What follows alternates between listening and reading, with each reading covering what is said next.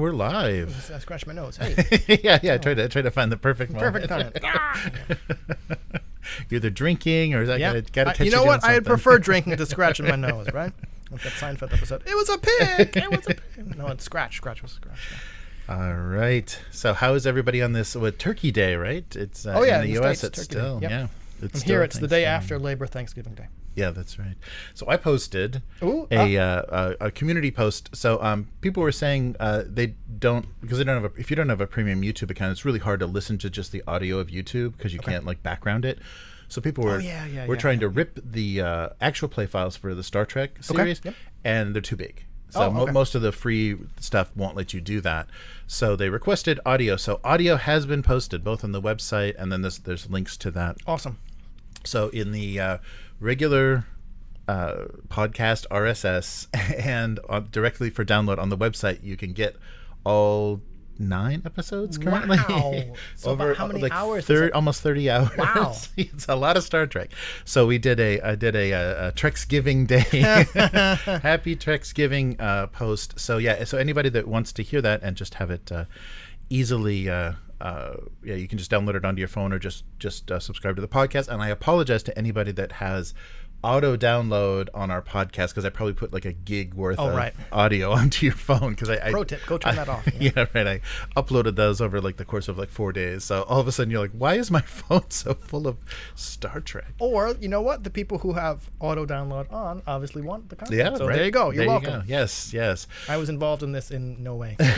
So we'll see how that goes. But I've had multiple direct messages about that. Nice. So I thought it's probably good to put that up there.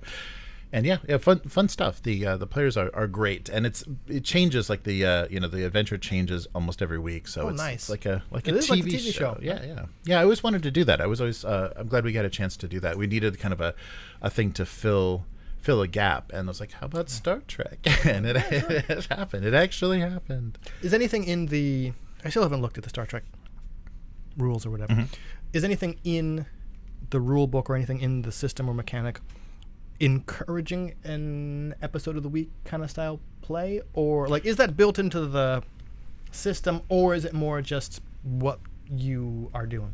Everything that they have published as far as like written adventures are kind of episode of the week. They're short enough. They're like 3 acts. They structure it with 3 acts and scenes. So I think overall the idea is you're on a 5-year mission or whatever, so it is a continuing thing, but you keep being sent to different locations. So the fun thing with the episode of the week is stuff that really stuck out or was really fun to interact with, you can bring it back. And they even suggest in the adventure, so they do like a conclusion section. It's like, you might want to bring this back, or this can exist as a thing, depending on how it went, because there's a lot of first contact in the adventures and stuff. So I think it is more. So the funny thing about it is it doesn't have like an XP like direct leveling system. You have an ability to kind of move. You can't ever go above your total points that you generated your character with, but you can move points around. If you're like, well, I want to be even more competent as a pilot, or even more competent at science, and so you can kind of move points around with kind of these milestones that you achieve during play. So it's an interesting system. I think a lot of people are used to maybe the FASA system or something where your character can develop and you're basically like already cooked. You're like fully cooked, so you're always an ensign, or you're always like you come out as that, and you're never going to be more competent as a player. Your role play will be more competent, but you're not really going to change how your character was kind of initially. Well, that kind of makes me not that Star Trek is pulp, but I was thinking about it because in pulp adventures, like, God damn it, like the characters don't grow in strength. Right. Yeah, they're kind of like, God damn it. This is the character's shtick and their deal, and they don't advance. They can grow and change, in other words, or like relationships or things like that. So I like, for certain things, I like games that say, nope, there's no, your stats will not increase. Or if they do, you're just readjusting points because it was an episodic show. This is like your character's you want to kind of deal, have them known. The thing that is a little bit more dynamic is the values system. So you're allowed to take and drop value. So if you start out, making your character a certain way through the adventures, you can say, well, actually, it seems like they don't believe that. I thought they did, but they don't. So, and the game master can challenge the values. The character can decide that this, I don't believe this anymore. So yeah, it has some interesting role play. I'm gonna have to go look at that now. Oh, because yeah. that reminds me of something, or it makes me think of something from Cortex, where if you build the game where one of your Cortex dice buckets is relationships, or not relationships, values, which are things your character believes in, and sometimes it can have like a trait statement, like how you relate to the value of truth, as well as what die value it has. During the game, you can challenge those, and you get to like triple your roll. Oh. So you're probably going to do the thing, Yeah. but then it drops for the rest of the session, and that's linked to your character growth, right? So challenging values and saying, my character did believe this, I don't think they do anymore. I like those kind of systems. Yeah. I thought they did a good job with that. I mean, I think it's not to some people's taste. Some people say it's a little too wiggly, and it's not mathematic enough. And I think there are a lot of hard math, hard sci-fi people that are interested. You want hard in sci-fi? Go play Expanse or something, right? Or Traveler or whatever. Right. So that's not to some people's taste, but it makes for fun adventures. I mean, we've had a lot of fun with that. So that's been good. So what have you been up to gaming wise? Have you gotten any stuff on the table on the hobby bench, I guess? It was the hobby floor for a while, only because my desk is covered in so much stuff, right? And wanting to watch TV. The only thing I've been doing is gluing little 6mm plastic late medieval people onto strips of things. Nice. Sorry. Nice. I think moving forward, I will only get stuff that's already on strips. Oh, okay. Because it is a pain in the butt to sit there with like little tweezers going. Yeah. We'll actually talk about that this week. There's a story that will bring up that issue. Oh, all right. Yeah, cool. So that's cool. Yeah, I'm glad to. Yeah, have you ventured into the? I got in some kind of like random box of things. I got a rule book for the Granny Grate wargaming. I did not. So that's the that plastic grating that you put at the bottom of like flower pots. Oh, right. Okay. And there's a whole system of cutting those out into unit sizes, and like so you're representing units just by cutting up the little plastic grating. I'm very interested in this. So I'll bring that for you then. I've said this before, but I think like for me, 6mm hits the sweet spot of the models are small enough so that you can fit many of them on a base. Once you go below a certain scale, you need a rather large base to give the illusion of a massed block of troops. And if you're going to go with a big like 30 by 60 or whatever size base, it kind of defeats the purpose of scale. In my opinion, it defeats the purpose of scaling things down if your goal for scaling down is to minimize the space. Right, yeah. Which mine is. Mine is to like, let's see how small I can shrink this. Oh, I've shrunk it so much that I need to actually make the bases larger. How did that work, right? So yeah. But I've seen people use like hair curler stuff or tiny little screws or grains of rice even to like set up what looks like giant blocks of troops, and that's pretty cool. So I'm very interested. Yeah. I'll show you. It's got a little tutorial about cutting them, and then the rules for actually the wargaming with Granny Grate. All right. Yeah, I think that must be I've never heard that before. I think it's a British expression. Maybe. I would just call it like, I don't even know what I would call it. The stuff that goes in the bottom of flower pots. Yeah. Right. Yeah. Which I used in the past for sci-fi grading on like Space Hulk style bases. Yeah, and I've done base stuff on my Infinity. I think I've got some of that on my bases for my Infinity Get models. the stuff that works with super glue, otherwise it just peels. Yeah, right. That's right. All right. Well, hey, everybody in the chat. Good to see you, Matt. Happy Thanksgiving. I know it's the in the States, holiday weekend. Nice. And Abyss. Nice. Escaping those family obligations. Yeah. Oh, Matt made Chicago-style Italian beef sandwiches and shoe fly pie. Oh, man. That sounds amazing. Diabetes in a crust? Yeah, that sounds great. Oh, very good. I was going to do pumpkin pie, but I just didn't do it. Yeah. I don't have an excuse. I just didn't do it. Just did it. It didn't happen. Didn't happen. Yeah, and it's actually, so in Japan, it's Thanksgiving Labor Day on Thursdays. Yeah, Thanksgiving Day. Yeah, right. So did you have that off? Or? Yeah, I had yesterday off. Okay, Like, off in the sense that my kid also had it off, so I was watching my kid all day. Yeah. Right. It's weird to have just like sometimes there's a Wednesday or a Thursday holiday in Japan. It's like this is completely useless. Yeah. Especially because everybody has it off, so you can't really go anywhere, right? Yeah. You're just like, Yeah, it's not. Even worse, because the Hanshin Tiger is winning whatever thing, right? Yeah. Like the trains yesterday were kind of a mess. Yeah. Yes. Happens so rarely that they get pretty excited. All right. Okay. Well, let's get started for this week. Welcome to the Weekly. I'm Jeremy. I'm Chris. And this week on the Weekly, Stormlight RPG, Epic Sellout, okay, Adventure Time 5e, Ring of Chaos, and Pathfinder now D&D free. Sure. Okay. But let's start with this.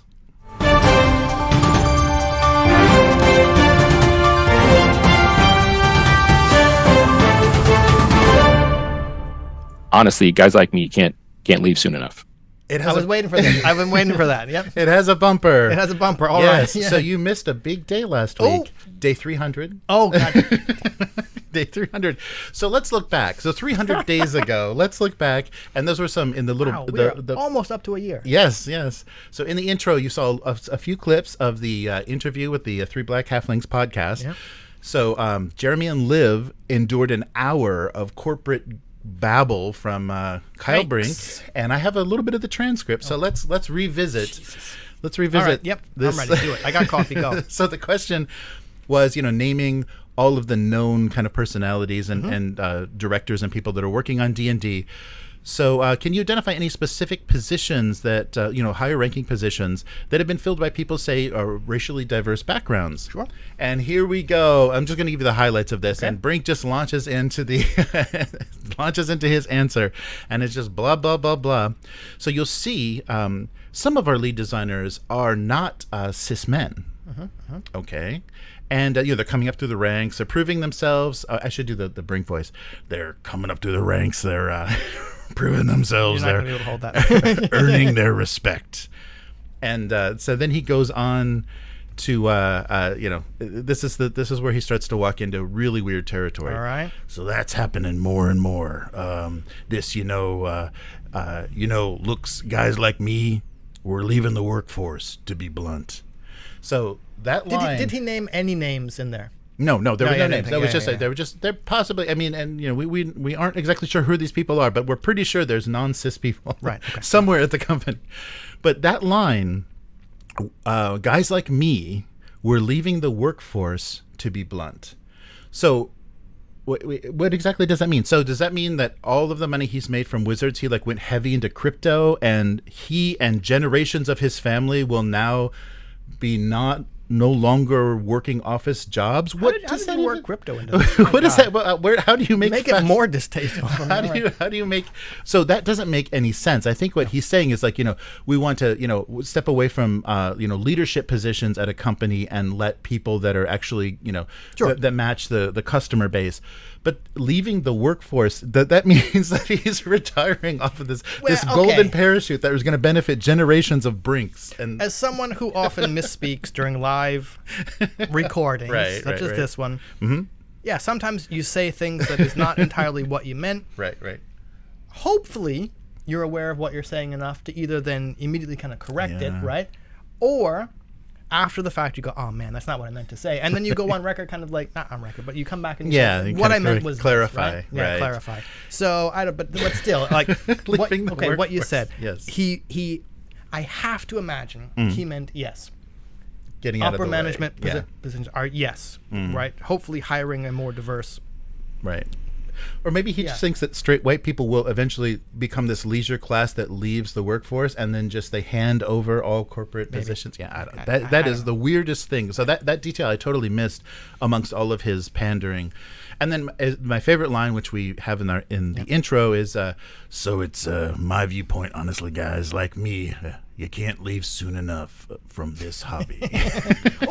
So he said from the hobby. Yes. Not from position. Not from position. But he is leaving the workforce, but he's also leaving the hobby. So we just have to, in this leisure time where cis white men don't participate in the workforce anymore, we also cannot have the hobby of tabletop roleplay. So I guess we're going to historical wargaming. That's still there, right? Right. That's right. It's all going to be Civil War reenactment. Right. Civil War. That's all we do. You can wear your overalls there and argue about all the stuff in historical wargaming. There you go. Yes, so Kyle Brink does not speak for all cis white men. I or unfortunately, anybody with that kind of stuff. Yeah, really. Well. So we just wanted to revisit that. So and we'll hopefully be able to use that intro a couple more times. Yeah, because he won't stop having to apologize. So does he apologize at all? No. Yeah, no, right. Yeah, he just goes on excuse tours. So let's start with something pretty amazing. This was like a product of the pandemic, which is pretty fascinating. So Brandon Sanderson is working on a Stormlight role-playing game and working with publisher Brotherwise. So this will be their first time doing this, but I guess Sanderson's Dragonsteel Entertainment is partnering with Brotherwise. And Sanderson is coming off of a $41.75 million Kickstarter campaign for 3 or 4 books that he wrote during the pandemic. Like, he did a Kickstarter and raised so much money. So what did you do that generated millions of dollars during the pandemic? Just rub it fuck in more. Why don't you, right? No, but I was like emotionally crippled during that whole time. And this guy is like, making tens of millions of dollars. I'm going to have to look this guy up because I bet he doesn't have kids that need watching. Yeah, right. Well, this is the author that finished The Wheel of Time. Right. Okay. Yeah. So yeah. So he's got his own properties and universes now, and one of those is Stormlight. So working with Brotherwise, who I guess this isn't their they've done games before, maybe their first tabletop RPG. Boss Monster, the Dragon Prince, Battle Charged. So at the annual, so not only does he have insanely successful Kickstarters, he also has his own convention. So the Dragonsteel Con, maybe that's what he needed to raise the money for. Okay, anyway. Right, held in Salt Lake City, is where they announced that they'll be doing this role-playing game. So that was last year. So it's D20 based, but they're playing around with ideas like a plot die, and there's risky and dramatic roles, and they want to do flexibility and character growth and kind of focusing on high-level play. So maybe that fits the setting more. These are maybe very powerful characters, so you're not going to be starting as very low-level rat catchers. I know very little about this setting or book or whatever, but whenever I hear high-level play in relation to things like Dungeons and Dragons or Pathfinder or sort of the more traditional D20 based fantasy games, I think ridiculously large numbers, and that's basically all it means. Right. Yeah, I would Yu-Gi-Oh type numbers. Yeah. Just like, what's your die roll plus 30? Like, why are we even rolling the goddamn die then, right? Right. But I wonder if that's what is meant here, or if high-level play means characters will have a much more active role in shaping like politics and large-scale events. Yeah, they're in the world, major players instead of just go clear out a basement full of rats. Yeah, right. Exactly. Yes. Also, they talked about a skill-based magic system. So an attempt to a diverse range of surge binding skill tests, which are a part of this setting as well. And there'll also be the Cosmere, which they're calling the world, or the universe is the Cosmere. So 9 knightly factions known as Orders of the Knights Radiant. So so it's like interesting classes and stuff. So it'll feel a little bit unique. Shard bearers, assassins, artifabrians. So I don't know. Artificers. Yeah, all right. Right. Yes, but lead designer Anthony Fisher, lead writer Lydia Swin, and consulting designer Max Brook all participated in an actual play live stream that they did for charity at this convention. So that was pretty impressive. To introduce the game, they did a charity live stream session for the Lightweaver Foundation and the Intermountain Primary Children's Hospital. And so all the kind of people involved, the creators and people involved, participated. So you got, they got to actually demo what they tried to do with the system. So success, kind of some of the terms in the roles: success with complication and failure with opportunity is also part of their triumph and despair system. Basically, yes and. Yeah, right. Yes, yes, right. Come up later. But yeah, so that's quite I wasn't even aware of this entire very successful universe that is now spinning off into multiple things. We're gonna have to see a streaming series or animation or something eventually with all this. Don't give WotC Hasbro ideas. Yeah, right. Well, they wouldn't do it because it's not 5e anyway. Right, but with all the with all the attention, and so he must have a huge number of fans to generate that kind of or just one very rich one. or there was like one or two that just had huge money. So they're going to be a Kickstarter for this to produce these books was scheduled for next year. There'll be a hardcover version, and they're also this is following, I guess, something that happened this year.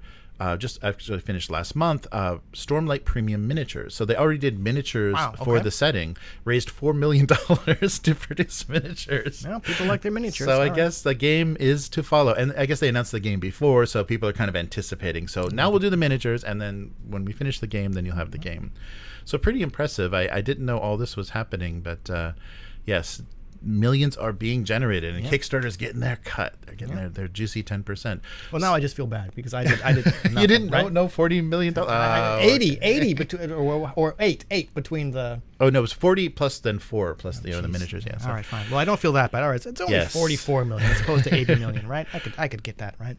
Right, yeah, it could happen, but so pretty impressive. So we'll see, like how far this spreads, and if this is a successful system and a popular setting, how much competition it presents to the walled garden. Well, as will come up later, I know nothing about this, but I kind of automatically have to give them respect for not using 5e. Yes, yeah, right, to develop their own system. Yeah. And it's taking them more time. If they would have just said 5e adaptation of the setting, it would have been out this year. They could have cashed in a lot faster. No, it is. And we'll see somebody that decided not to do that later on. So the next thing, speaking of, before the cast, we were talking about little tiny miniatures for war games. So Warhammer did release their updated version of Epic, their Epic 40K. So it's the Legions Imperialis. Right. So Horus Heresy setting. We've talked about this before. Yes. And so these review copies have gotten into people's hands. I think this is Polygon talking about this, and they bring up an interesting point. Okay, yeah, they're bringing this back, and they didn't really do it well. I think they did it for the market. They anticipated the hobbyist and everything, but with this kind of scale, they're missing an obvious problem with proxies and things like this. So Games Workshop, they're bringing back their old world, and now they're bringing back Epic, and saying it can be played on a smaller table, 4x5 instead of 4x6. Because 4x5 is so much smaller than 4x6. That foot makes a big difference. And this the starter set that they're releasing, which sold out immediately. Of course. Yeah. Of course. And they promised that. Like, that's what they've been saying. And they changed their website, and probably all their warehousing and everything, their fulfillment is all doing that now. They said, we are going to sell out every time of everything. Well, okay, I'm not a business person. I don't know that much about logistics, but I have to think not having to pay for storage is a big cost-cutting measure. So, I mean, that's the whole kind of the point of Kickstarter and other stuff, right? To produce... Yeah, right. Just enough. Just enough, right? Yeah. And you missed last week, there was an article from Spiky Bits where somebody that was hired to dump a semi-trailer full of Warhammer stuff in a landfill decided to just take it to a storage unit and then approach all of the why would they not obvious and say, you guys want this, so it was like 30 pallets of stuff from the warehouse that they're just dumping. Some of it was like connected to old rule systems and stuff, but it was amazing. So they decided, hey, wait, I don't think I'm going to do that. I think I'm going to break my contract. And well, if you're going to do it, make sure you do it and get a lot from breaking that contract. Yeah, right, because it'll be your only chance. They could go after you. They're definitely going after your company. So so you'll be able to recreate all your favorite moments of the Horus Heresy on that tiny little epic scale. But the interesting thing that this article brings up is, so some of these armies to generate or to field a 3,000 point army could require up to 200 miniatures, like 200 bases. Bases, miniatures. Yeah, just call them like elements, not individuals. Yes.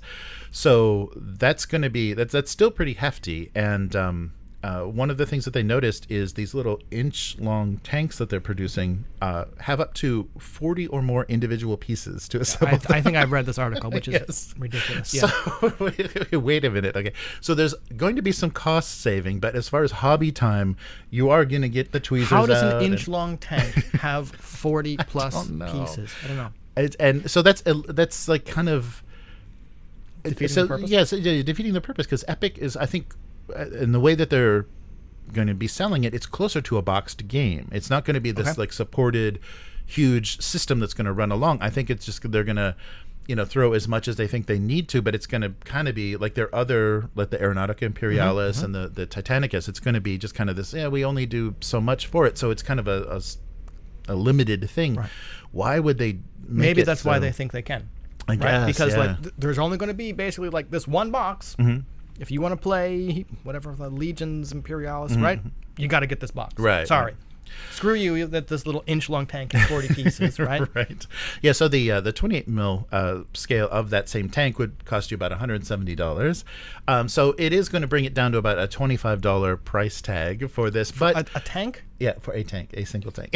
So you're still paying, it's still a lot of money, because remember, you're going to have to field 200 or more units to actually make this work. And so it's not going to bring the price down. It's not really going to bring the scale down, and it's not going to bring the hobby time down. So what this is going to do is kind of give a little bit unfair advantage to 3D printing models that are a single piece that come off of your printer, all pre-made. You're not gluing anything except for onto a base.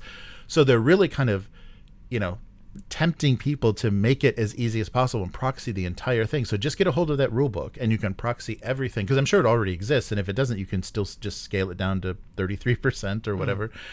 So the thing is, back when Legions Imperialis was first announced, and I saw that it's actually not 6mm.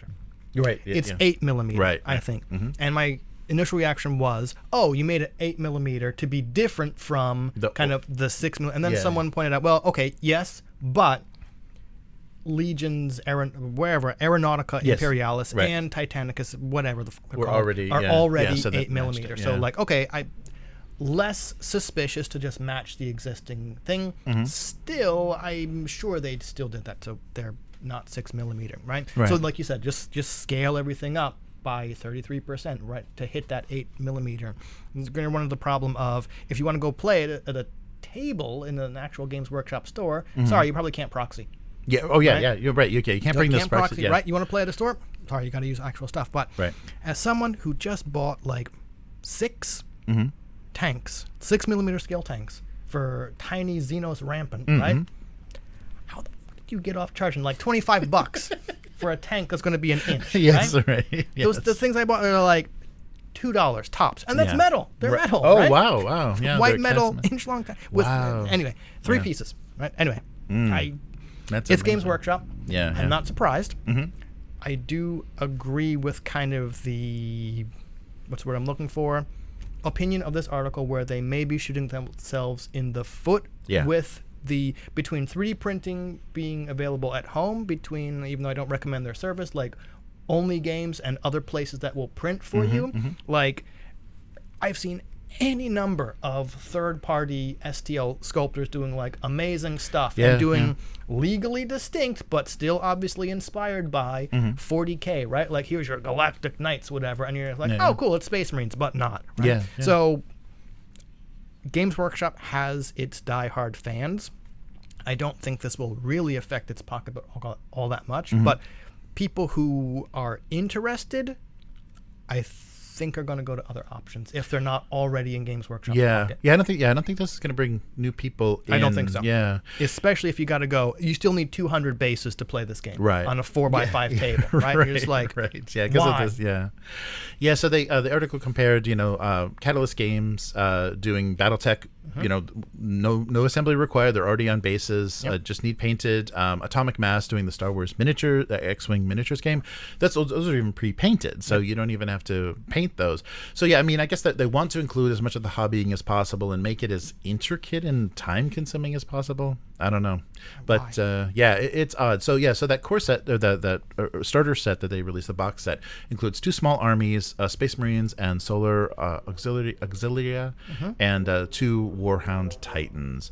So yeah, we'll see. I mean, it's sold out. So, but we're going to see how much of that was just people that want to chop it up and resell it piece by piece back to you on eBay and auction sites. So we'll see. But I thought that was an interesting point, is that they're kind of shooting themselves in the foot by doing that. And now we're going to have a response. It's going to happen next year. There's, I guess the Kickstarter might be happening sooner than that, but we're getting a response then from Mantic. They're going to, they're going to do their epic scale. It's going to go to Kickstarter, but if they do everything, no, assembly required, and they come in at a cheaper price point, that could be good. I mean, that could be a nice option because it looks like their rules will be interesting. They're doing kind of a designer blog, and the one interesting thing that they said is there's not going to be any hit points. There's not going to be a hit point stat or any for every model. If you get a successful hit, it comes off the table. Interesting. Yeah. So to make a stronger model, you're going to have like armor points or resistance or things that are going to kind of serve that. But if a successful hit means the unit's off the table. So that's an interesting. Yeah, I like that idea. It's very intriguing if they can get that to work. As someone who was trying to minimize bookkeeping as much as possible for the never completely abandoned, like a card-based war game, right? Yes. Where like I don't want to put tokens on this thing. I don't want to have dice on this thing. I want it as bookkeeping light as possible. I am curious to see how Mantic does a one hit successful hit and you're off, and whether like higher armor or higher toughness does that make it feel cool, or is it like just I failed that right? You got a 1 in 6 chance to take this. Oh, there's my 1, right? Does it feel satisfying, or does it kind of feel frustrating? Right. Yeah, so as we get closer to the, I think it's Epic Warpath, as soon as we get closer to the release of that, the crowdfunding, we'll talk a little bit about that. And they already have their Mantic Vault in place for STLs. So if they go heavy into this, and the one thing I was thinking about, I was listening to some Rick Priestley interviews and talking about his development. Stuff as badly worded as he's very articulate man. But an interesting point that he said that he thinks might be an influence from the American audiences is how Games Workshop is feeling this pressure to advance their storyline and keep having things happen to named characters and producing named characters more and more. They're bringing back Primarchs and everything, and how that's like maybe like a Hollywood or American influence that they really want that. And he misses the old days, especially with the Warhammer Fantasy Old World, where you set this thing up, but you made your own little part of the world. It was all your creativity.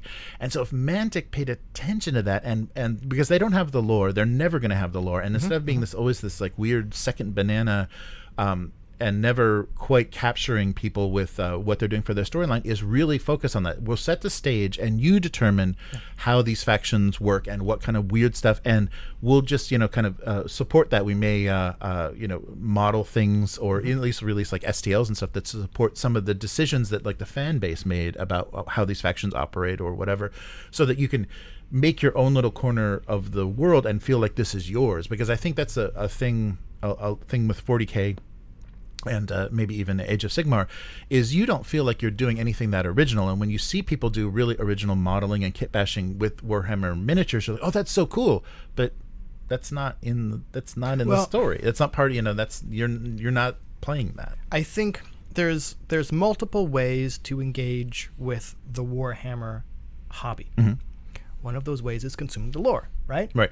Another way, and no way is better than the other, right? I have to think that people who make those awesome models, and I can't imagine kit bashing GW, as expensive as they are. When I see awesome, I'm like, that's awesome.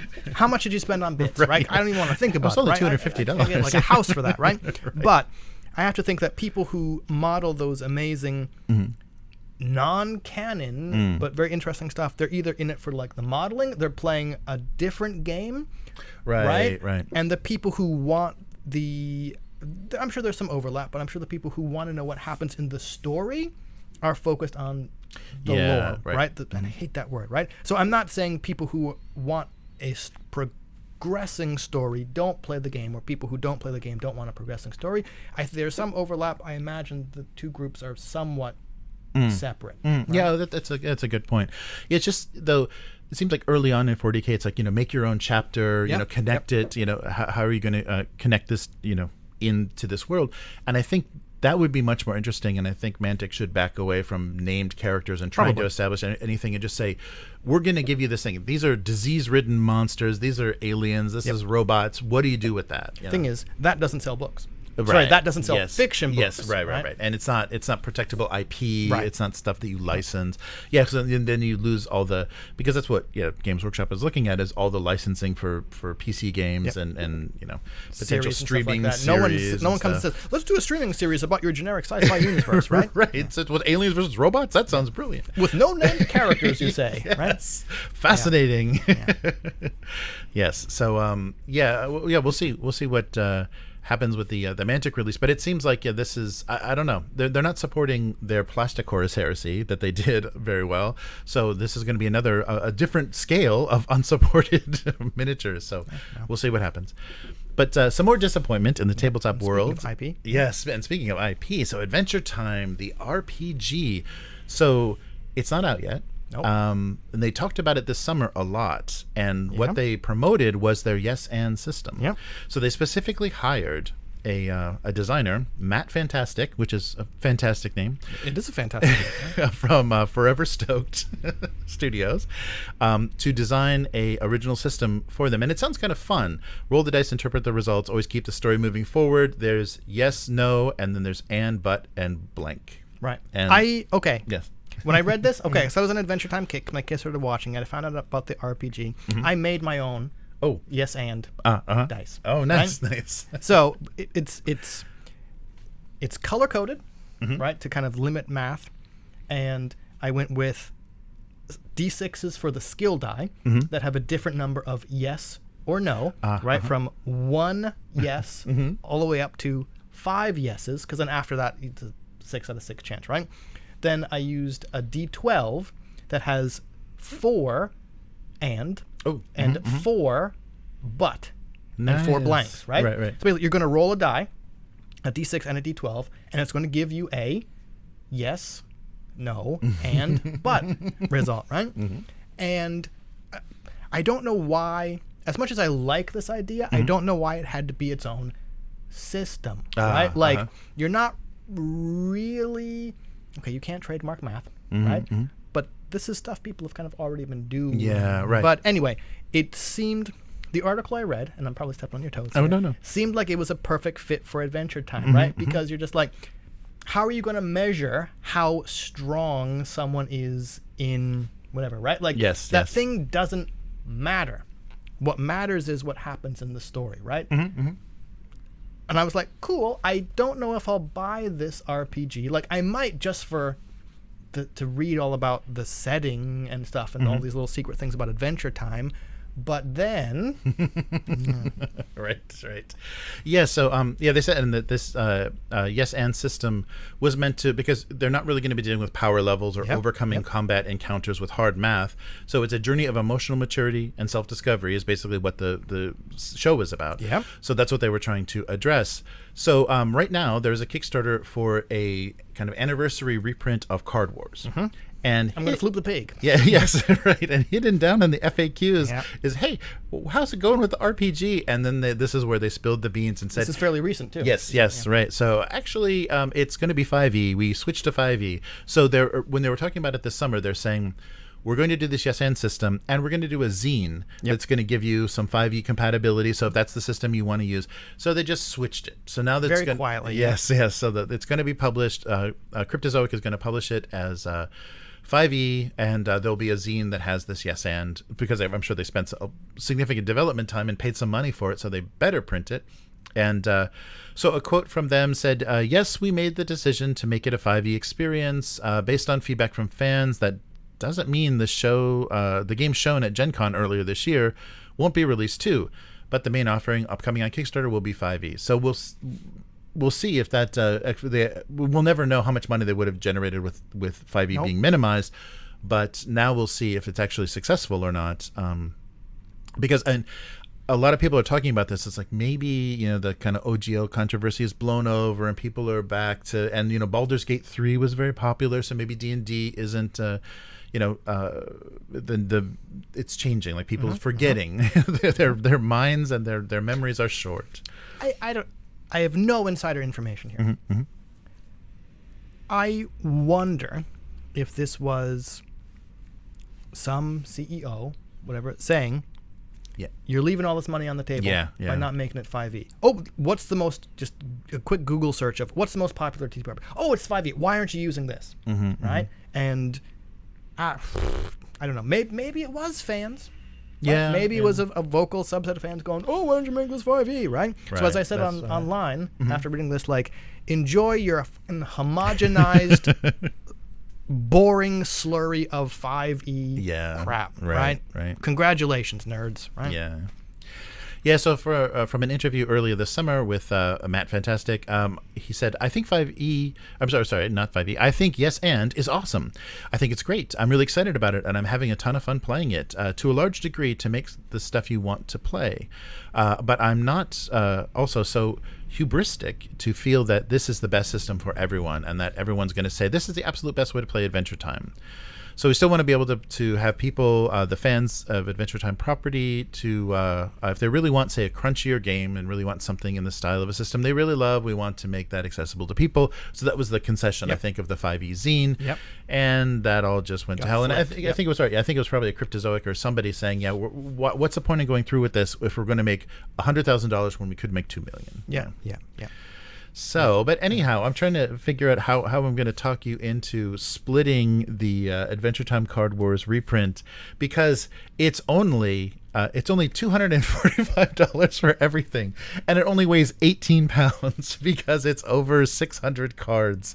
So the current thing they have going on, Cryptozoic, is reprinting the game that was designed by Matt Hyra and Corey Jones, which was basically, in one episode, they played this little silly game, and they actually tried to make that an actual rule set. I played a digital version of it. I think they made an app version of it, and it is just ridiculous and, I'm sure it is. Silly, but they have supported it for 10 years now. And so this anniversary reprint is going to be the 10th anniversary, where they include everything that they've done into one big collector's edition box. Just the cards they're producing are 16 pounds, but they are also producing a cool guy and a dweeb mug, if you need those. That was from the episode, I suppose. And there's other stuff that they're doing, but it's 12 different decks, 480 cards, and then they're doing a 2 versus 2 doubles tournament, which adds another 164 cards.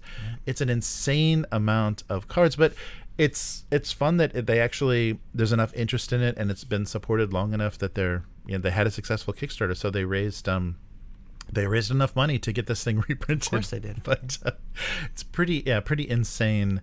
So that the FAQ on this campaign is where we found out the 5e switcheroo. Yeah. So that's I don't know. It's pretty funny. And I didn't really realize, because Adventure Time's over, right? So it's still got some fans. Still a lively property. It does have fans. Well, it was over, and then it had I didn't know about it, the 4-hour-long kind of little mini movies. And cool. I think Adventure Time Fiona and Cake is still going on HBO. Sorry, just Max, whatever it is. Oh, right? Wow. But yeah. Wow. Well, still on Kickstarter, we have another, and this is by a company that you have a lot of affection for, Beetle and Grimm.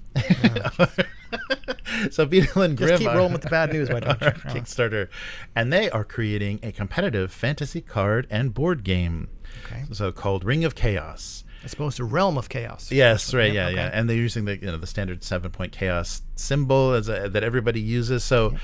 Yeah, so this is their first game. So their little blurb is: existing only in dark rumor for centuries, the ancient seat of chaotic magic has been rediscovered within the legendary Ring of Chaos, a tool of unmatched potential that allows its wearer to summon the chaos gods to do their bidding. So it's a 3 to 5 player adventuring party that each player creates, and it's for I think 2 to 4 players. And so you create with these 4 classes, you create these, and you kind of quest to acquire this Ring of Chaos, right? Kind of sounds like Talisman a little bit. Oh, maybe. A little bit. It's very it looks like very kind of, it's card and board game kind of thing. So there's no it's not a collectible thing. It's just going to be a boxed game. So up to 6, So they're doing the expansion up to 6 players. And everyone gets a battle mat, and there's acrylic standees for the characters in your party. But of course, they can't stop there. So they're doing a standard, and because it's Beetle and Grimm, and a platinum version. And I was like just bracing myself for the price tag. I'm like, what, $500? What's the platinum version? So the base game, it's all cardboard and acrylic, is $39. Reasonable. That's very reasonable. And the platinum one, which includes miniatures for everything and extra, like, printing, holographic printing on their cards and these neoprene mats and everything, $89. So I was Reasonable. like, whoa, Okay. Beetle and Grimm, what are you doing? But they snuck it in there because if you want to add a signature on your premium edition of all the creators, including Matthew Lillard, that's another $100. So they're throwing that in there. But I guess they wanted to be reasonable, because if it was too, premium a price tag, maybe the campaign would not have got, there's no entry point. Right. So the miniatures are going to be Sundrop miniatures, so they're going to be pre-sprayed with that kind of directional paint job. You're going to get a little bit larger game board and nicer cards. So, but unfortunately, if you were signing up for the platinum editions autographed, it's sold out. Sorry, the autographing was limited to 500, and of course, you can't personalize these autographs. It's just going to be whatever. So someone just had a stamp. Yeah, right. It's just going to be the interns are just going to be signing the names, but there are going to be pins of chaos. There are going to be T-shirts of chaos, and there are going to be trucker hats of chaos, just in case you need. Trucker hat of chaos. Yeah, that's right. So this is all thanks to Beetle and Grimm's Pandemonium Warehouse. So there was a cute, little, introduction video by Matthew Lillard, talking about they don't make furniture. They're making a game for the tabletop. They're not making tables. But, this is funny. They're getting into it now. They're actually entering the hobby. Instead of doing this, like, third-party accessories for existing things, they're entering the hobby with their own creativity. So everybody's got to get a piece of it, I guess. Yeah, so we'll see how far this goes. So it's already probably beyond this, but it's already raised $340,000, possibly more than that by now. And you do get an actual physical metal ring of chaos in both sets, standard and platinum. Right. So, yes, I was surprised. I was surprised to see this because I'm surprised about the price. Honestly. Yeah, right. Because we know that they're into premium character-based whiskeys and all that, and their ridiculous versions of all of the 5e releases. So I thought it was going to be incredibly unbearable, but no, not too bad. And I think they're being realistic. They're trying to actually get stuff out there. $39.99 for a basic board game is kind of your standard price now. Yeah. So that's good. Yeah. We will see. We'll see how much what they continue to do. And the last go back to character whiskey. Yeah, right. So the last thing I wanted to mention is Pathfinder announced that they're finally stripped the last traces of the D&D OGL out of their rule books. It's all gone. But you know what that means? They got to make some changes, because there's things they might not be defendable legally, but they don't want to risk it. So they want to completely separate themselves. So maybe owlbears are going to go away. Okay. True neutral alignment, ability scores. Yep. These things are all going to have to change. What are they going to call ability scores? Yeah, we'll see. Trait scores. We'll see. So that's an announcement. So there's a little bit of history, which was interesting. The Paizo reaction, we didn't hear so much. I mean, we knew obviously they were very upset because of the orc. They created their own gaming license for this. So when the change to the OGL leaked in January, Eric Mona, the creative officer and publisher at Paizo, said this drove a stake into the heart of the company's release schedule for the whole rest of this year. So we had to figure out what to do, and that pushed them to we're not going to stay tied to this OGL anymore. We're going to do our own thing. So a quote from Mona said, "We decided we really needed to take another crack at republishing the core rules, which we started pretty much right away. Within a couple of weeks after the OGL crisis was happening, we started two projects. One was a Pathfinder remaster project, which would align the rules away from the OGL derivatives, and the other was the new open gaming framework." Okay. So now they're releasing these books. So the first gaming framework, OGF. I guess Orc worked a little bit better. So the first of the books to be remastered will be the player's core book, and then the GM core will be released. So $60 retail, like $59.99, about $54 online. The player's book is out, and soon the GM's book will follow. So they're changing the names of everything. From mechanics, like flat-footed is going to be changed to off-guard. The Fire Elemental's native tongue, Ignan, is going to be changed to Pyric. There's a lot of like little tweaking. They're going to have to do. Tieflings and Celestials are gone. They're going to be called in one big kind of character bucket called Nephilim. They're going to go with that. So yeah, And another quote from the director: "I don't know if there's anything protectable about mushing an owl and a bear together and calling it an owl bear, but that's clearly a monster that D&D puts a lot of cachet behind. So we're going a little bit further to make a distance between Pathfinder and D&D, make it even more clear." It's called a bear owl. Yes, it's a bear owl. Yeah, so another thing that's kind of classic D&D. So yeah, Paizo's been around for 15 years, and so this is kind of a big change for them to move away from recognizable things and kind of flavor things themselves completely. They're moving away from chromatic and metallic dragons because there's a lot of color and color and what. So I thought this was an interesting approach. So we're going through and inventing a whole bunch of new dragons that tie into the rules of Pathfinder, and that each dragon is connected to one of the sources of magic. So arcane, divine, occult, primal.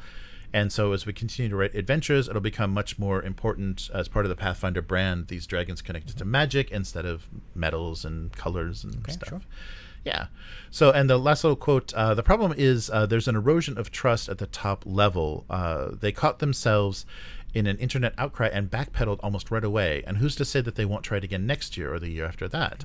If we have another 7 rule books and another couple of $1 million put into the game, and then all of a sudden we're right back to where we were before. So that's why we made the orc, and we're getting the heck out of here. Yeah, so separating themselves. Oh yeah, and an alignment. So alignment has been replaced by edicts and anathema. So there'll be the character's personal philosophy and code of conduct.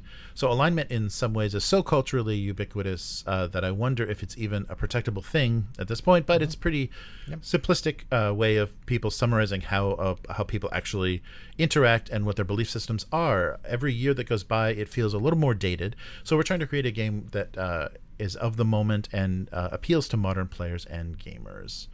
Okay, like I will probably never play Pathfinder again, right? Like the D20 fantasy thing with classes and levels, just not interested anymore, right? But as someone who has to give, I guess, kudos where they are due, okay, sure, yes, completely removing all D&D, even language, anything that might, as you said, probably would be defendable, but it's just like kind of iconically D&D. Like, no, okay, you're cutting all ties, and I think that's the right. Like, I'm anybody, right? I think that's the right thing to do, or at least a laudable thing to do, and kind of long view or long term. I think that's because as Mona said, like, hey, WotC and Hasbro tried to pull some stuff. They're still thinking about it. Who's to say they're not going to do it again, right? Yeah, so if we could just read the memos that are going around with the execs, it would be... Yep, so they need to make sure that they're not going to get caught in another one. So, Yeah, so one last quote. So Mona said, we had an opportunity starting in January with a lot of players saying, I don't want to play D&D anymore. I want to find a different game.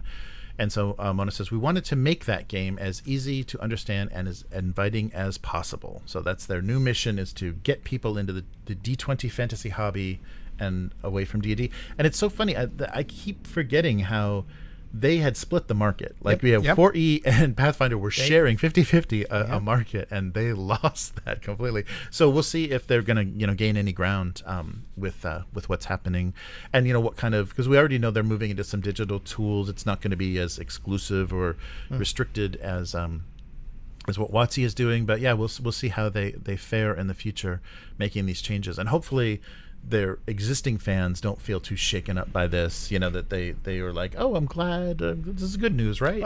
I have to think this is basically only cosmetic stuff. Yeah, I think, right, like renaming abilities and renaming monsters and dropping monsters. They're not gonna change the system. Hopefully it has to feel the same, just called different things. It has to feel like D&D, but be legally distinct from D&D. Right. So just find and replace all of those terms. Yes. So that's it for this week. A mixed bag of craziness, but like every week. Yes, just about. Lots of crowdfunding. So we'll keep up on all of that. And so where can people find you? On Blue Sky and Instagram, where I'm posting pictures of both my homemade Yes and dice and little 6mm people and pixel art stuff. And excellent. How about you?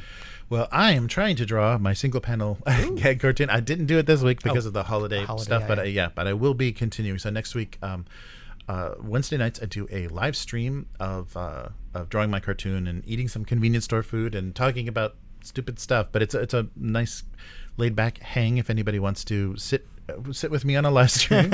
And you can see that cartoon at GoComics, so gocomics.com/domestic abuse, and Abuse Cartoons on YouTube and Twitch if you want to see the stream. So that's what I do apart from this. And if you like what we're doing here with the weekly, you can find everything about that at upturntable.com. And if you want to support us, you can become a weekling. Yes, the strongest of all supporters. At patreon.com/upturntable. So, and thank you to the existing patrons. And also, there's a join button below this live stream to become a member of YouTube and get access to the same sorts of things. The only thing you're really going to be missing is the RSS feed for patrons, which the audio for this whole live stream goes onto, as well as the discussion with chat afterwards. And so we'll continue to post the audio for the actual plays on the podcast feed as well. So that's free to everyone wherever you get your podcast.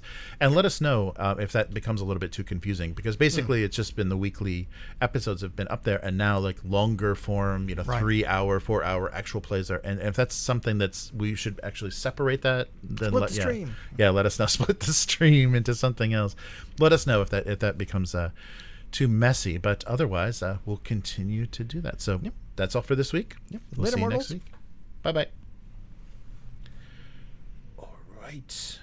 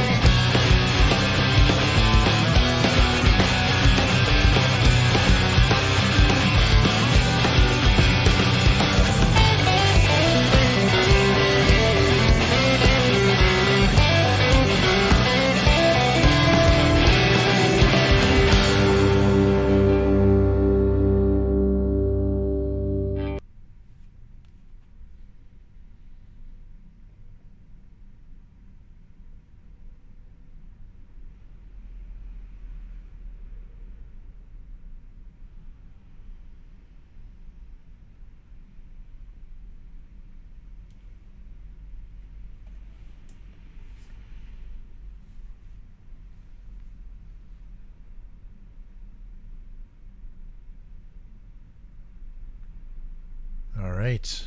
A little bit of silence there to to correct the audio, get the street noise out of there. Nice. So how is everybody doing? Good to see you guys in the chat. I was worried the holiday might compromise the Americans, but yeah, glad you're around, Matt. Nice. Oh, that sounds really good. Italian beef and shoe-fly pie. Much nicer than a dried turkey. Oh yeah, the bumper is that the bumper for Kyle we're talking about. Yeah, it'll be interesting this the next year with the anniversary and everything. I'm sure there'll be a Wizards of the Coast will be a lot more vocal, so we'll hear some D&D's CEO talking some more.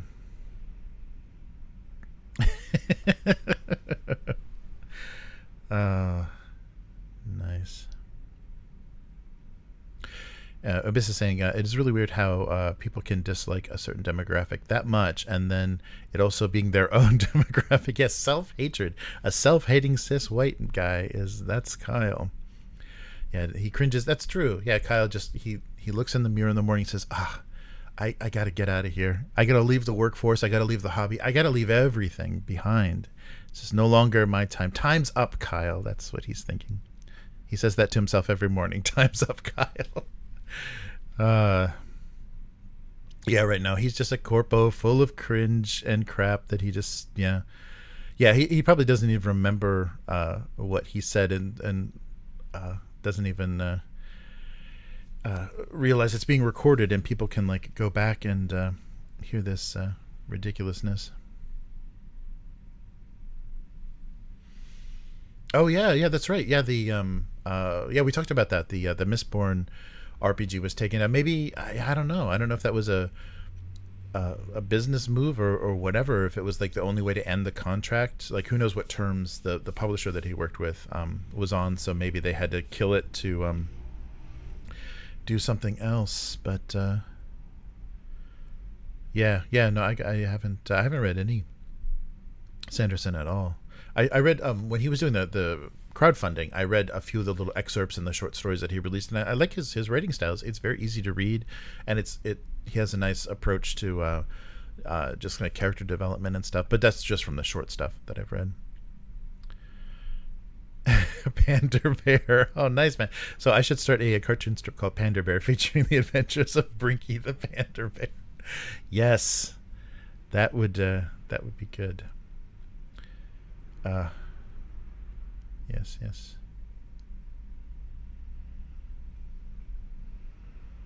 Yeah, so Will is a fanatic, a Sanderson fanatic, or at least that setting. Nice. Yeah, I really hope that Mantic can do well with what they're trying to do with Warpath, their epic scale, and if they support it, with their vaults and everything, it could be good. Much better than the half-assed, overproduced, thing Games Workshop is doing with their. Then they're just doing it to probably just defend that space, so they can go after people that are, going to shamelessly recreate those models, not do kind of proxy, distinguishable stuff, but just kind of knock them off. They're just staking out those IPs. Nice. Oh, speaking of backing games, Abyss is saying, I think it's safe to say that Awakened Realms has cracked the code on crowdfunding and board games. Well, with their site GameFound. Nice, yeah. That's and it's a much fairer. I think their split is much more fair. So hopefully a lot more producers and things will be moving towards. It seems like the high profile, just because of the customer base of Kickstarter, the big high profile stuff, it still seems to be going to Kickstarter, but a lot of the more specialty or niche stuff, I think, has a good home on GameFound, and it seems like the campaigns run longer, things are more accessible. It's not that limited to the 30 days and you're out of it and you lost access to all this stuff. There's a lot more. The GameFound just seems more accessible. So this is the 3rd edition of Nemesis, the same game but with a different spin. Hit 3 million. Wow, in 24 hours. Wow, that's great. And they're making, and that's much more profit. Like they're not going to have to take away, they're going to have to lose money from that project, from the production costs and everything of that project. Wow. And they've been able to hit a minimum of 3 million with each game in the last 9 months. That's impressive, because I thought crowdfunding was starting to die, because people like Come and those bigger companies that used to have huge Kickstarters they're getting less and less. They're getting under 1 million sometimes for some of their projects, and they're still going with big license IPs and stuff. So nice. Oh, and Abyss says, I personally thinks that it's how they formulate their tiers. Mobile game with cutting the good stuff. Oh yeah, right, with how they structure kind of mobile games and tiers. Oh, interesting. And FOMO. Don't forget about FOMO. Yeah, Miguel said, yeah, don't forget about FOMO. Yes. Yeah, right. Yeah, Kill Team and Warcry by Games Workshop are definitely formulated on the FOMO. Buy this box or else. And they're going all in with that. We will sell out. Every release is going to sell out. They're going in on that, saying if you don't pre-order, you're not going to get it. That's really funny. But that's why do they even have brick and mortar stores then? Because if you can't buy anything from the stores, what is anything new, then what's the point? It's just going to be old stock. Yeah, it's very weird. Nice.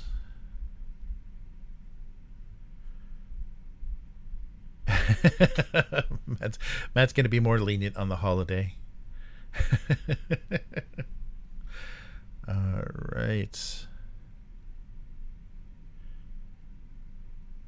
Oh yeah, nice. Miguel sent me an image of the fleet that he's painting. Very cool. Yeah, that's right. But you're painting a Japanese fleet, so Kyle does not approve. You have to be of Japanese descent. Wow, 1/3000 scale. Yeah, that's very impressive, Miguel. That's a lot of ships. And Iowa and New Mexico and Alabama.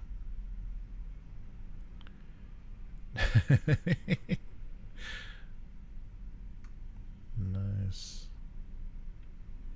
Oh yeah, Matt's saying that's such a chicken move by Cryptozoic to go all in on 5e. Yeah, but yeah, I think what Chris was saying. They probably some executive said, we're not leaving that money on the table. Let's foreground 5e and background this original system. Who wants that? Yeah, it's weird, and I wonder when that's going to lose its appeal. I guess it's still, and we'll see when they make their transition to this weird digital world that they're going to try to push everything into.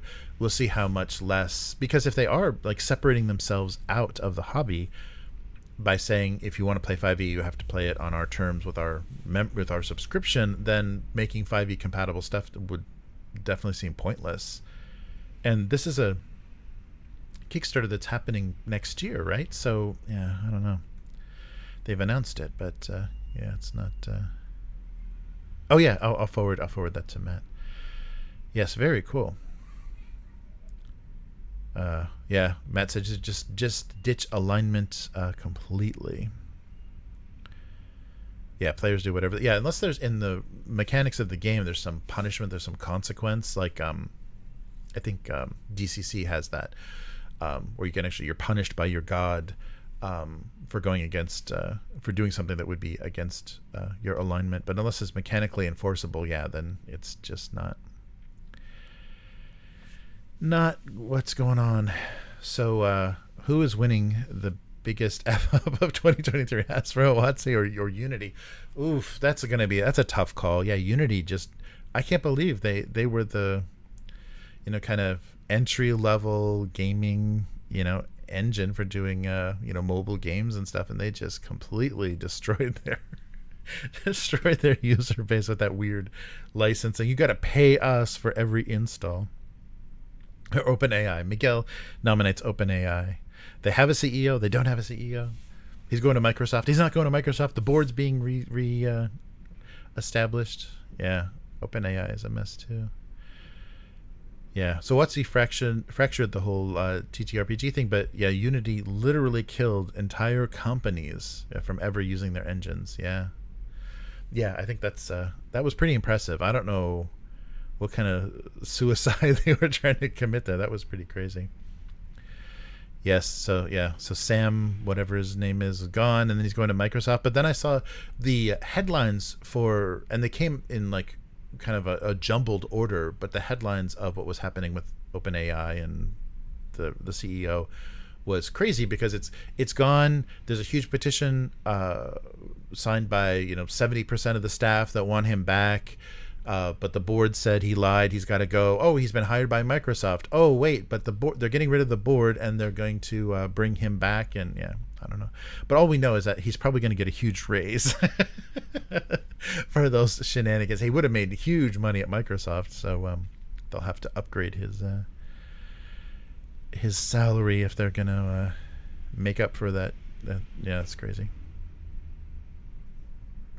Yeah, I'm curious why Chris hasn't done a Kickstarter. I mean, it seems like Brighthammer or something could work well with that. I think it's just it's a time thing. Like she would have to take off a considerable amount of time from work to be able to make that happen. It wouldn't work well. So maybe if a job change or something comes up in her future, that might be a good opportunity. It's like, okay, take a month off and do a crowdfunder. Yeah, that would be cool. We promote the hell out of it here, that's for sure. Yeah. Oh, interesting. Yeah, Miguel saying, nowadays, losing value doesn't say anything about how good or bad a company is. That's true. It's not a read of anything. Oh, and Abyss is going back, talking about Mistborn. First novel's pretty good. YA sprinkled lightly with darker tones. Yeah, that's the thing I was afraid of, is anything that comes across as too young adult. I can't waste any time. Like a lot of the Star Wars novels and stuff, it's just I can't go anywhere near that stuff. It's just unreadable. It's always about bullying. Like as soon as you like the character's background was they were bullied, I'm like, okay, ouch. That's definitely YA trash. So GameFound has a stretch pay too, so people can backing it can finance it. Wow, that's cool. Pay in parts and stuff. Yeah, that makes a lot of sense because I don't think Kickstarter does have that weird problem where they've got the kind of geographical restrictions. Like they need business licenses are taxable. They need to be taxable in certain regions, and then all the money's processed at one time. And if people if their pledges are failed, there's a lot of stuff that doesn't go through. So yeah, they haven't. They've been doing it for a while and they still haven't mastered it. It seems like it's still a bit clunky where they charge everyone's card at the same time and you lose a big chunk of what you thought you were going to get, and then they take their 10%. Yeah, interesting. So the so Star Trek, so I'm all up to date on Star Trek, so all 9 episodes including the session 0 character creation, and then the 9 episodes are all out there. I think the titles are too long. The titles were kind of made for YouTube to get all the keywords in there, but when I released them, I should have retitled them to something a little bit more identifiable and easier to tell what order the episodes go in and everything. But so that's out there, and we should go do the so we got Vaesen and John Carter. There's a lot of audio that can be released that is only up on live streams right now on the YouTube, and like I said, it's not very it's a little clunky to listen to just listen to it. So yeah, we'll work on that. And I wonder if I have to double check, because when you call something a podcast on YouTube, it may be accessible through YouTube Music, which may be a better way to get access to the audio. So I don't know, maybe I can make a duplicate playlist and call it a podcast. I'll have to see what how that works, because the designation for that, because how they Google killed the Google Music and Google Podcast thing, and they're all folding it into YouTube Music, which sounds like a really bad idea. But that may give us some more flexibility too. So we'll see. Let me see if I can forward this. Yes, forward to Matt. I'll get your picture over there if this even works. No. Facebook, you suck. Where is? I guess it's just like the last 5 people you spoke to or whatever. Very weird. Bum, bum, bum. Oh, there we go. There we go. Bang. Okay, I forwarded the fleet. But yeah, so I had fun. Oh, and you may have noticed. Thank you, Matt, for catching that mistake. So to capture that video, I just recorded it off of a screen capture using OBS. But the button for start stream and button for start recording are identical, and they're one on top of the other. And while I was getting the the video ready, I clicked start stream, and so a stream of a no audio version of the that interview segment from the 3 Black Halflings went out as a live stream for a couple of seconds. So thanks for catching that, Matt. That was embarrassing, but yeah, it didn't. I didn't have the audio set up or anything, so it worked fine. But yes, just vanilla OBS is not. Yeah, not designed very well. Their button layout is very open source. It could use some changes. But yeah, that's what that was all about, is making that little intro. I figured I talk about it enough that it should have some sort of bumper. So Brinkwatch has its own intro now with that very important sounding music. Nice.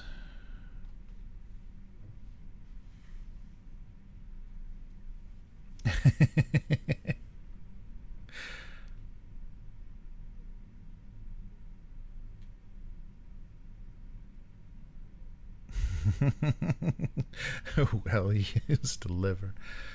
Nice. So what else is going on? Yeah, I'll definitely. I'm curious the Chris's reaction to that Granny Great's wargaming book. I've had that forever, and they even included like a sheet of that plastic grating in the book itself to get you started. Yeah, it seems like Chris is like really going for the small scale. So we'll see how that goes. But all right.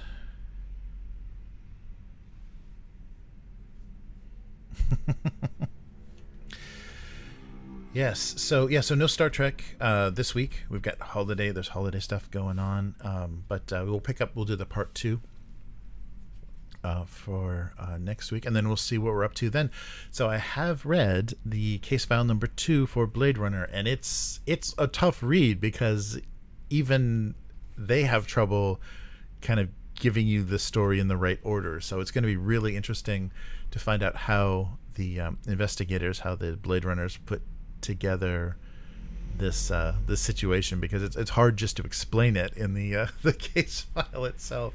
So it should be a real mind fuck of a case file. So I'm looking forward to that. So yeah, I just need to read through that one more time, and I'm ready to run it. I got to probably refresh my memory with the rules for Blade Runner. That will probably help. And I think if we're going to do it on Foundry, I'm going to need to build a lot of the NPCs in there, so we can do roles and stuff with them. But it's all there. All the all the assets are still there, and a lot of there's recurring characters from the first case file. So there's stuff that I already have graphics for and everything. So yes, more Blade Runner. Yeah, so there's plenty more Star Trek we need to finish. We did a part 1, so we're going to definitely do a part 2 next week, and then we'll see how it goes from there. We should talk to Terry about how interested he would be in Blade Runner, because we can add a detective, which would be cool as well, because you never know if we're going to lose one in this next case file. But yeah, it's fun. I mean, I think the solutions and the way that things are headed. The thing I'm really glad about for Blade Runner is that we didn't lose our patience, and because some of the ideas I had in mind for where some of the NPCs and what was going to happen if we did something between case files, I would have fucked a lot of things up. I would have taken NPCs basically out of play that come up or that serve an important function in the next case file. So I'm glad we were patient and just kind of waited until the official release, because I think I would have messed around and kind of made things a little bit awkward. And this will be a really nice continuation, maybe I think much better and more satisfying than what they did. They called it a trilogy, but the cinematic adventures they did for Alien don't have kind of the same kind of connective tissue and stuff. And this is going to have the same NPCs. We're still in LA, so it's going to have the a nice through line, and the consequences of previous case files will come out in this one. So it should be good. Yeah, that's right. Yeah, we need to do that Star Trek bridge crew. That would be insane. Especially recording that, yeah. So that'll be coming up. We got lots of stuff to play in those online sessions. So we'll see. We'll see what good timing is for everything and everyone. We've been doing a pretty good job though of weekly. I've appreciated that. Yeah, thanks Matt for making that time, because I know with weekend schedules and stuff, it's great that you could keep Fridays open. That's worked really well. But yeah, so more Star Trek, more Blade Runner going. Oh, and I was thinking too, I was just what might be a fun thing too, it doesn't have to be a thing that we live stream, but the captain's log, that Star Trek solo thing, it would be fun to run like I was just thinking of doing like a prequel solo play with the captain, because he's basically running as a supporting character or an NPC. Nobody rolled him, so roll him as a character for the solo captain's log and play the early adventures of Captain Paiji if we run out of things to do, if I'm looking for more content. But that might be fun to delve into that character a little bit more. So we'll see. Nice. Yeah, that's right. You got to be careful with the correct gray, official grays. So Tamiya has 3. Oh, wow. For the Japanese Navy. Oh, wow. That's stuff. Yeah, you got to be careful. Don't put those on the table.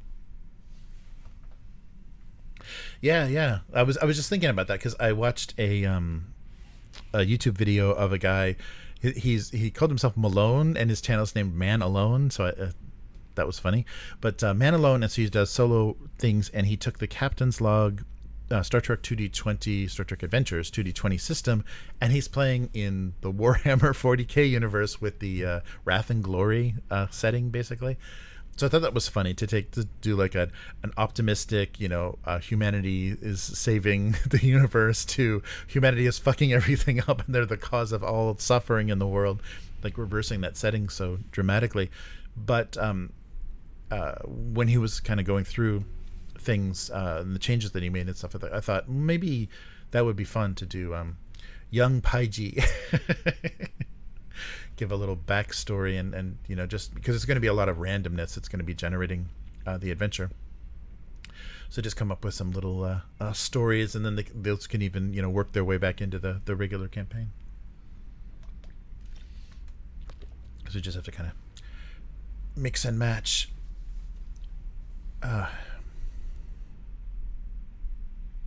Right. Yeah, we could. Yeah, each of the characters could have a pre-Mugato adventure. And that's true. That would be something fun, and it could inform, kind of decisions and stuff we make in the future adventures. That's nice. So maybe, we should, for everybody that's playing, maybe they should get a copy of Captain's Log for Christmas.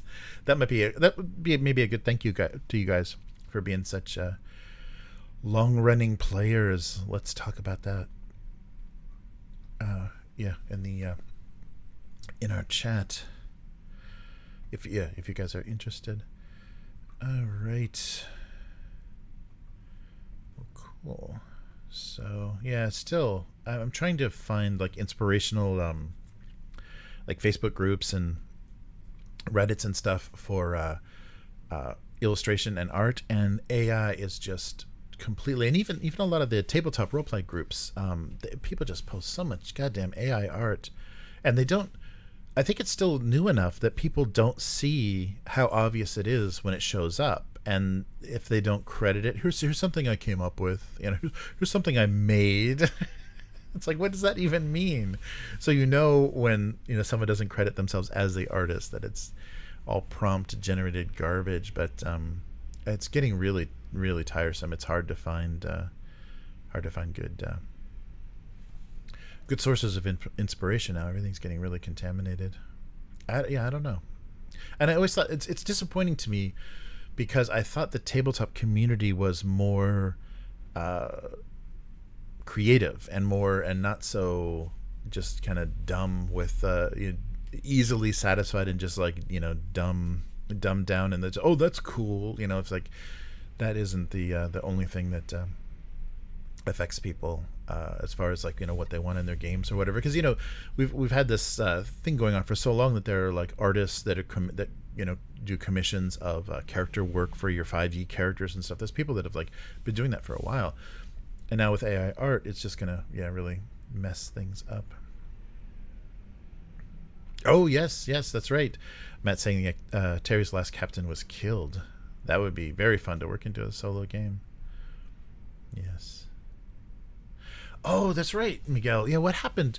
I think they did. I saw like a second series of those. Like they did a couple of them. I think they did a second series because they did Age of Sigmar, but I think they were very small releases. I wonder what happened to those. That's really funny. Their weird gateway drug. That was the same thing.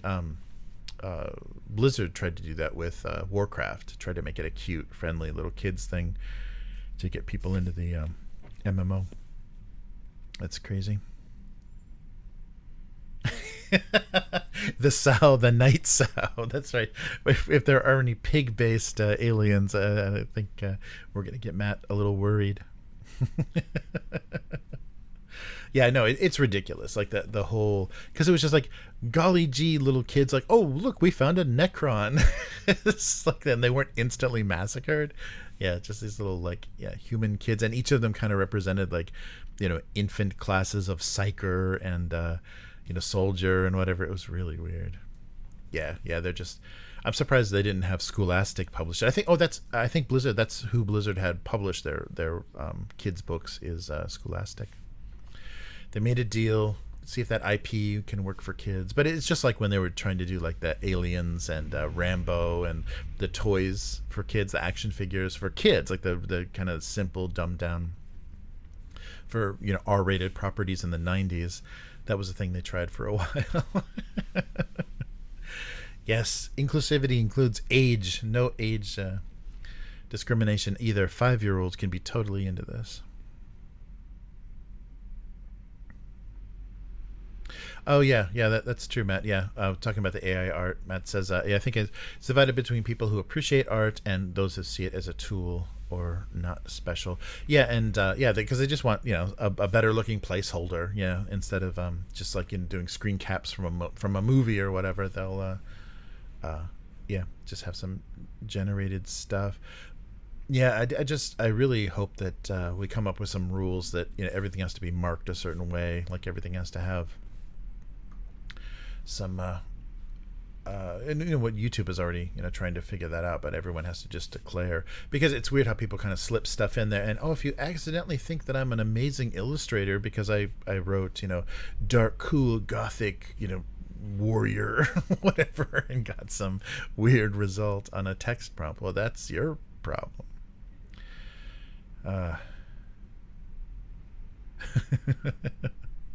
Yeah, that's very funny. The those kids books, that was a really weird move. But I think they're making such and I think that was even part of the when their earnings kind of report. Games Workshop was making so much money in just the licensing that maybe they were interested in just trying all of that out.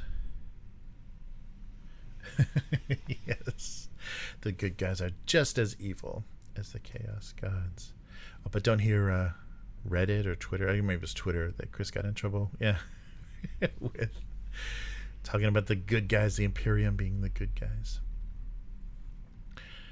Yeah, crazy. But so we'll be back to normal next week, and hopefully the scheduling is pretty random, and the problem that Chris may have next week is there's going to be a lot of people bailing, going back to their home countries or whatever, just completely freaking out over the holidays. So the schedule, especially for teaching, might get pretty hectic for Chris. So hopefully we've got a couple more weeks. Chris is actually headed back to the States in December, so we'll have a couple more weeks. Yeah, I think we've got 2 more Fridays at least that there's a chance. And then I'll have to hit up Matt for a few weeks in December if you don't have any really brutal holiday plans. But yeah, so we'll see. Oh, cool. Oh, great. Okay. Yes, thank you. That would be great. Yeah, I'll let you know. I think Chris's situation is pretty unpredictable at this point, so we'll see. But cool. So yeah, we'll get back to the gaming, and yeah, let me know. The sound quality on the actual play audio wasn't as good as I hoped, because it's very it's very hard. Even the Audacity files, those huge, like when you do 4-hour Audacity files with 4 tracks, they're monster files. So yeah, let me know if there's any frustration with that. They're a little bit compressed, but I wanted to also make sure that the file size is not too gigantic if people are downloading those onto their phone. Like I said, it's probably almost a gig of audio because it's almost 30 hours, 28 or 9 hours of actual play. And I cut it off for just the beginning of the event. So it's basically the audio of the live stream, but I took it from our Discord recordings, the multi-track. So everyone's boosted so you can hear everyone pretty well, and I kind of normalized everyone down to the same level. But yeah, it's a little compressed, but it should be listenable. And I put the drone, the next generation drone behind us, just because there was a decent amount of kind of room tone, or this kind of hiss that I couldn't get out of the audio. So I just embedded us in the bridge noises.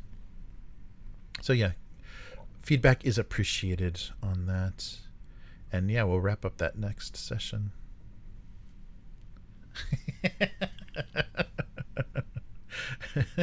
Yes. Oh, Miguel's right. Yeah, the Tyranids are very inclusively eating you. They include you in their biology. Cool. Yeah, I'm not traveling this holiday, but Chris is. Yeah, so we'll see. I haven't. Yeah, it's my family gets further and further, moving further and further apart from each other, so it's hard to visit everybody, and it's hard to only visit some people. So yeah, it's more trouble than it's worth, as they say. So we'll see. But yeah, so more Star Trek to come, and yeah, lots of other good things. I can't wait. Blade Runner could happen any week. Just be prepared, guys. And yeah, and so this will be, because when we did Blade Runner before, it wasn't a live stream. We just recorded it, and then I released the edited version. So now you're going to hear the source where those edited things came from. Yeah, so we'll see, and hopefully we can get a good thing going. So we can get something good going on Foundry. I'm having trouble. Yeah, I guess I'll talk to the players too about how they want to see stuff, if they want to see stuff popped up, or if they want to see everything on maps, because I just don't like that you can't just kind of throw things on maps in Foundry. You have to, load everything through a file path. I wish there was a little bit more drag and drop functionality, but we'll see.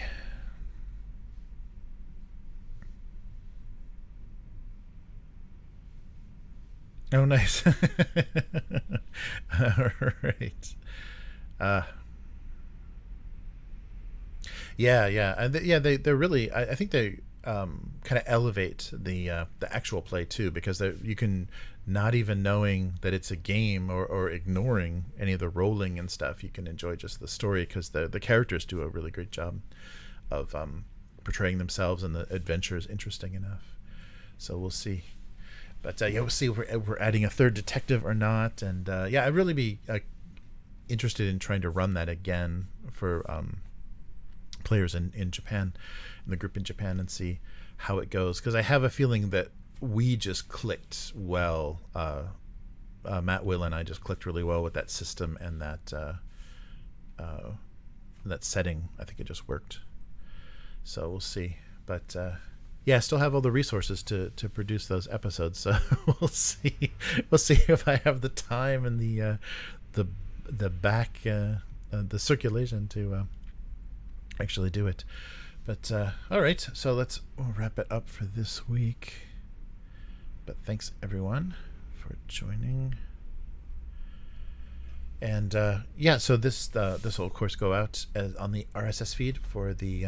Oh, and I'm also still doing. Yeah, leave me comments too. I'm curious because when I release just the podcast as a video separately, of course it's confusing as hell because you guys think the live stream it might be starting, but I want to see if they were getting any different viewers. Yeah, because I can never tell who's getting notifications and who's getting stuff recommended to them. After I do a few more of the episodes that way, I'll be able to see in the stats, in the analytics, who's seeing this and where if it's being recommended or not. Otherwise, it's just the same guy. If you're subscribed to the channel, you get notification for the live stream, and then you get notification when I put that part of the live stream back online. So it may not be very useful, but I thought I'd give it a shot, just to see if there are people that were missing, not getting notifications, or just time wise, because the live stream is time specific. So if you don't watch it, can't watch it, or if it's too much to watch, although the podcast part of it is not super short either. It's usually 30 to 40 minutes, so that's not making it any more YouTube friendly, possibly. We got to cut it down to the bone. The editing has to just be the absolute highlights. All right. But yeah, everybody, take care. Enjoy your holiday weekend if you're in the regions that have that. And we'll do this again soon. So take care, everyone, and see you next time. Goodbye.